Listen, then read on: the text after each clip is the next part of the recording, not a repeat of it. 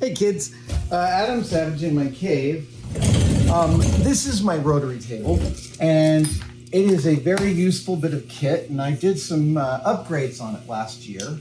And one of the things that I never got around to, I have holes for dowel pins and holes for 5/16 bolts. And these are all different ways of work holding on the surface of this, which I have also made sure is like very, very flat and accurate to my mill. But the thing that I never got around to making was 6 little clamps. And that's what these 6 pieces of steel are going to end up being. They're going to get a slot cut up their middle. They're going to get some steps and some angles, and they're all going to be gang cut kind of at the same time. So it's a bit of mill work, a bit of fun mill work. I'm going to deburr them on the sander and then throw them on the mill. Ho ho, right. We need to indicate. Forgot all about that part. Let us indicate it. All right, I got it dialed in.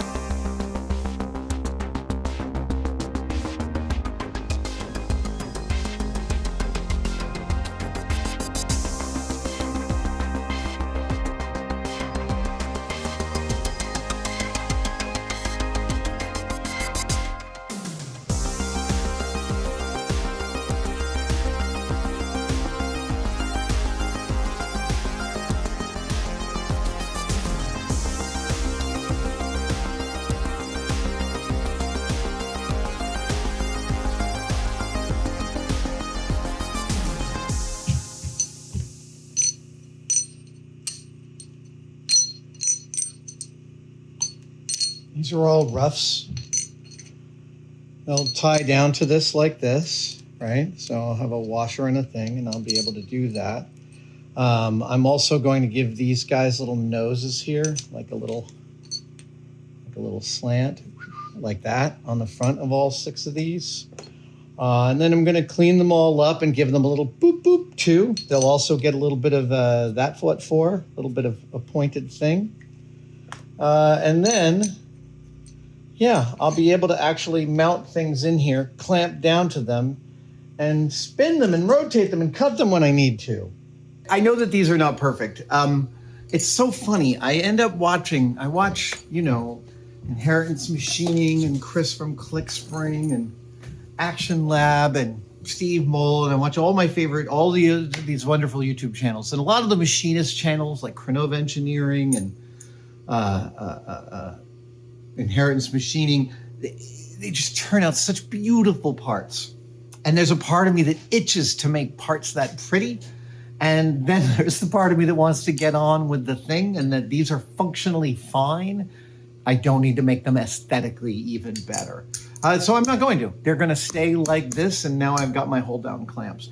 But I'm going to finish this video by initiating the actual purpose for which I built these, which was to properly cut a couple of Phil Tippett dinosaur parts like this for my Phil Tippett dinosaur, which is this guy. I have left him untouched for a while, but we're gonna go back in. Yeah. Okay. I'm gonna set this up on the mill. I'm gonna center it on its thing, and I'm gonna show how these can actually work to my favor. Here. By the way, this is actually a piece given to me by Phil Tippett. This is one of his production-made little vertebrae parts. So it's my main copying example.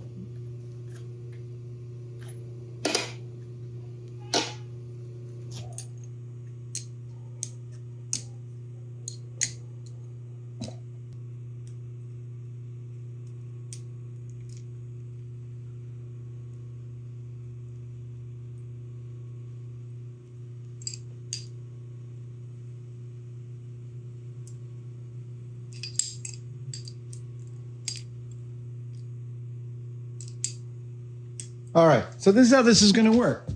I'm going to clamp my little piece around here. That hole is not in the center of that radius. I made this part too long. So I'm going to re-radius it. But first, I'm going to carry this over to the mill, center it on that post, and then we'll radius. I'm going to use an old device called a wiggler here to find my center. I've gotten pretty close to center just by eye. And then when I turn this on, you'll see how that moves back and forth? I'm going to be able to eliminate a lot of that movement. No. All right.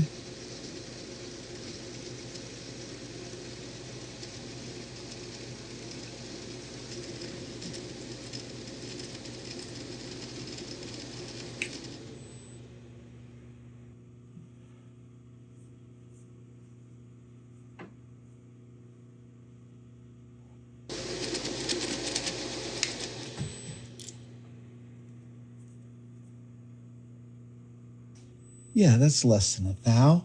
I'm comfortable with that.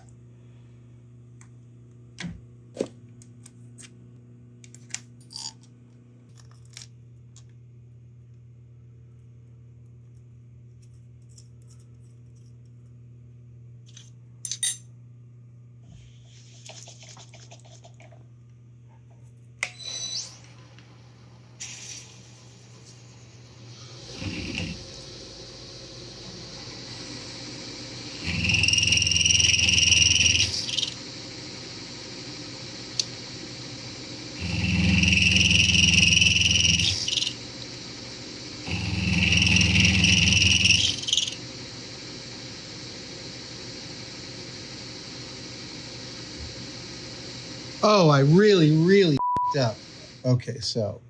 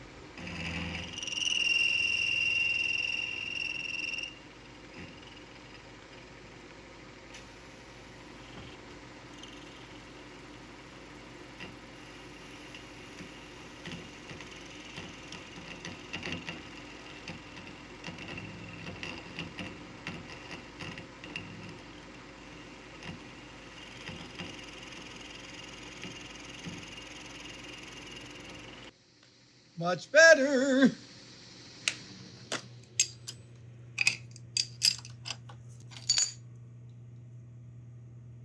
Awesome.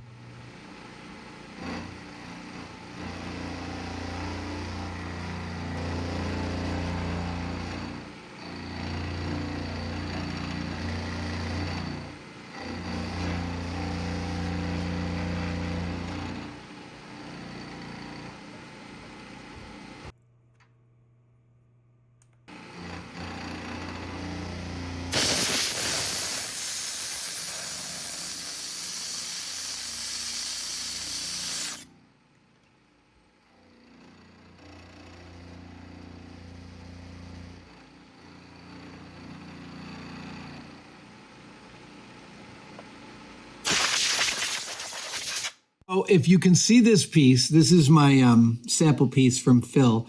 Yeah, I've got a little slit right there. And that slit needs to be added in right there. So what I'm going to do is I've got a slitting saw that's the right thickness, this one. I'm going to chuck it in here, and I'm going to line it up with the sample, and then I'm going to cut this one. That's the goal. Let's give it a shot. Yeah, this is deeply satisfying work, just coming in and buttoning it down like chunk by chunk. But now I'm on to this piece, which is the pelvis, and is a completely monolithic part. It's remarkable. It holds the hips, so they connect in here, and it holds the spine, which connects in here, and these slices are each tightening slices. So I'm about to add in a bunch of 1032 cap screws. I had some 1024, and I prefer the coarser threads in aluminum, but I can't find my 1024 by 3/4 cap screws, and I'm unwilling to cut a whole bunch down. So we're going to go 1032. And yeah, we're slowly, this part is crazy complex, so I'm slowly just going to be cutting pieces of it away as we go. Yeah, and this piece needs to be thinner. I think that's the first thing I'm going to do. Oh, right, and I also need to drill. Oh my God, there's so many things. Okay, let's get to it.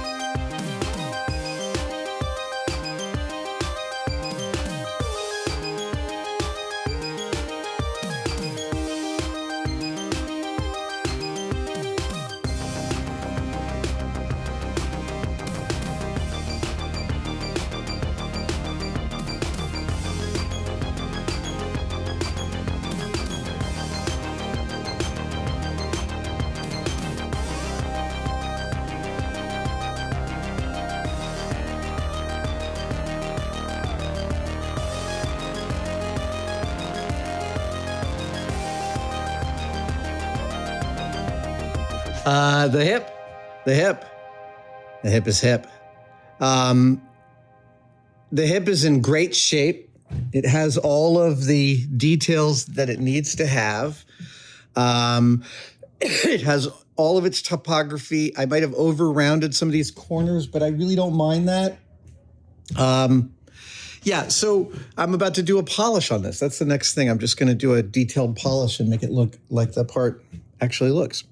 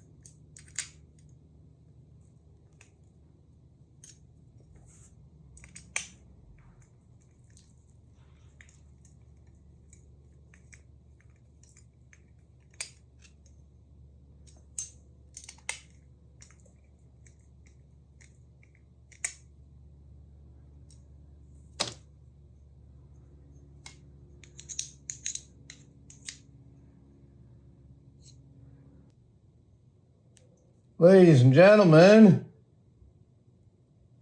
I'm very pleased with all that.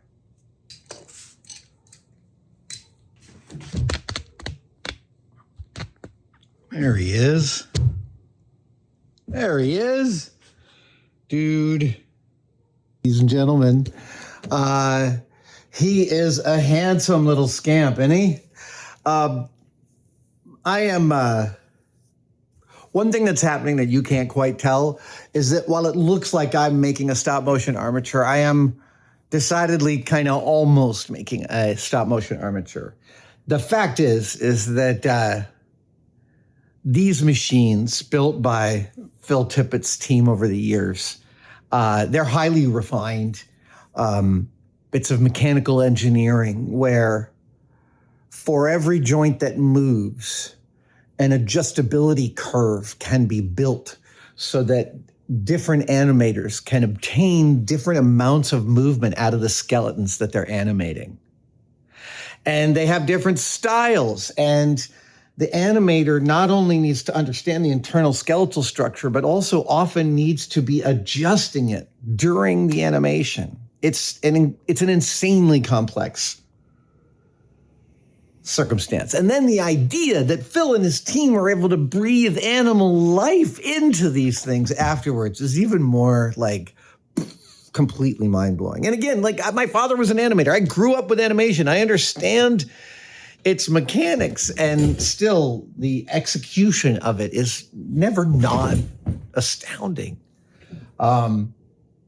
This is so we've got 90% of his spine now completed. I still have to make the tail piece out of some 3/4 inch stock, but we're going to wrap him here because there's 3 more big parts to this build.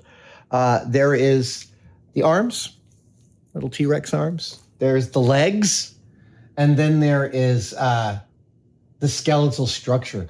Up here, there's a rib cage that actually has an actuator for allowing the T-Rex to breathe,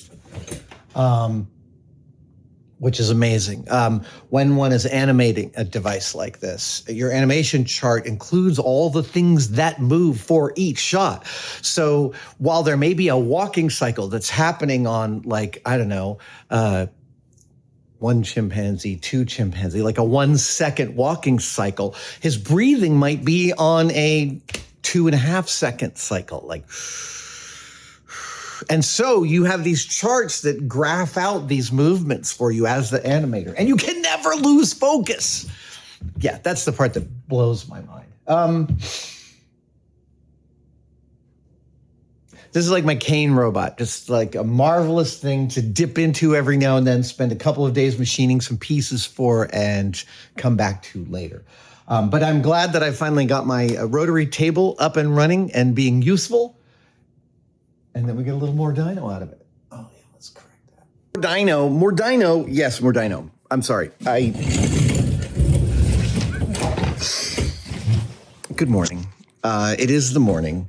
And I realized, like, this is ridiculous for me to pause him here when I need to add this last little bit of tail that comes out here. That's a completed step of the T-Rex. Not this. This is half-born. These things all still need to be tumbled, and lots of little parameters need to be adjusted. But listen, if I'm going to finish a stage of the dino, I woke up this morning realizing you got to do the tail. You got to add in some tail there. So that's what I'm going to do. I've got this piece of 1-inch aluminum scrap, which I'm going to turn into the tail clevis and get some armature wire, and we'll wrap out this boy with a proper tail. Yeah.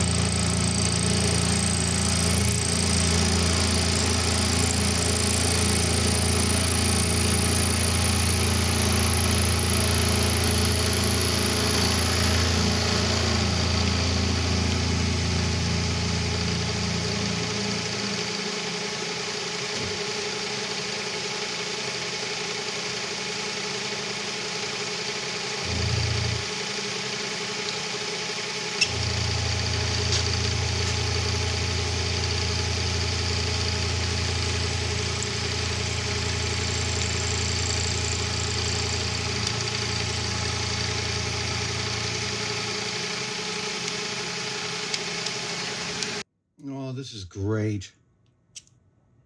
As intended. Marvelous. Hey, focus. Come on.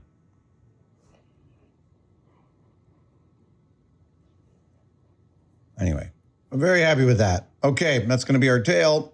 Let's deburr it.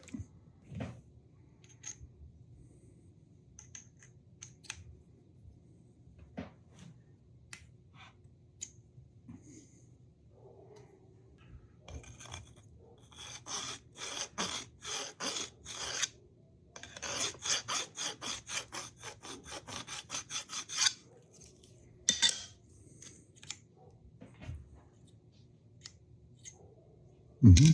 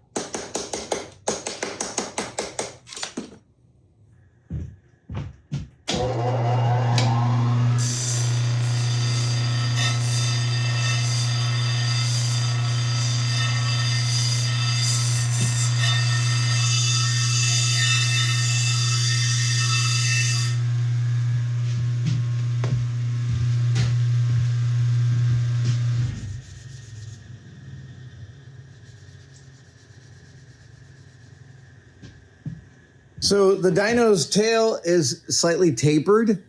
So that's a hard thing to do. Tapered wire, really, really difficult. But I found I had good luck, as you saw, on the disc sander. And then I did a little bit of a polish of it. That is like, yeah, there's a lot of ways to skin that cat. And I was lucky that I had the right sanders for it. So now I am going to drill a hole in here to receive the tail. I'm not going to do the gluing mastic just yet, but we will, yeah. Let's see, what is this? I think this is 5/16. 3125, let's see. Nope, 0.75.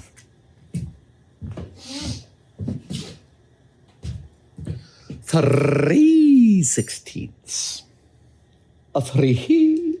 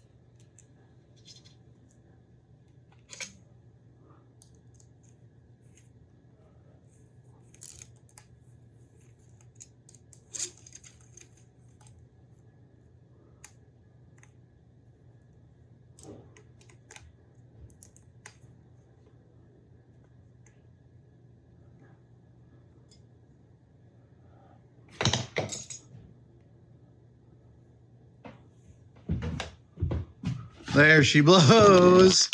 Yeah. Yeah, really pretty. That feels like a much better place to leave this handsome boy. Yes.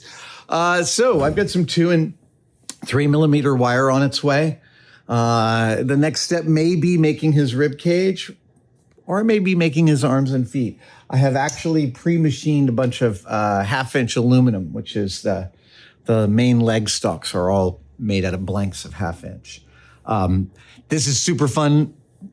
I apologize for trying to end this video early because I was tired. That was silly. This is a great place to leave it. Thanks for joining me. I'll see you next time. Thanks for watching all the way to the end. If you liked that one-day build, there's a whole bunch more right... Wait, there.